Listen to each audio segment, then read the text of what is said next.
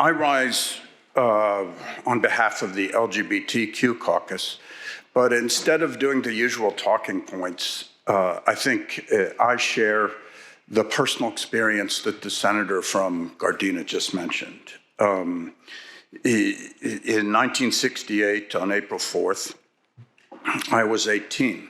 I was working on my first political campaign. On that day, I went to see Eugene McCarthy in the Greek Theater in Berkeley.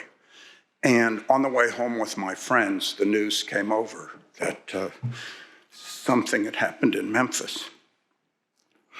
And when that happened, amazing things happened in this country. A lot of cities were in flames that night. But another presidential candidate had the unenviable task of having to speak in Indianapolis to a largely African-American crowd. And it wasn't the 24-hour news cycle. He had to break the news to them about what just happened. And he had a tough decision, which was whether to go ahead and to do that, and there was advice all over, and he chose to do it. And it resulted in one of the best extemporaneous political speeches, I think, in modern history. And I thought for my comments, I would read that speech. And so permission to read? Without objection. Thank you. I have bad news for you, for all of our fellow citizens and people who love peace all over the world. And that is that Martin Luther King was shot and killed tonight.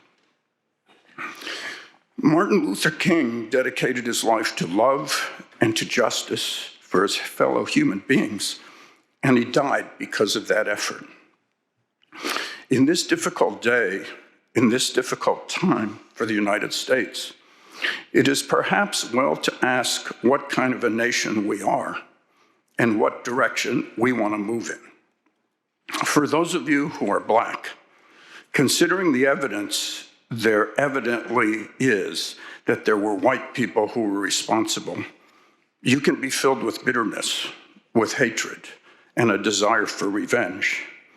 We can move in that direction as a country, in great polarization, Black people among Black, white people among white, filled with hatred toward one another.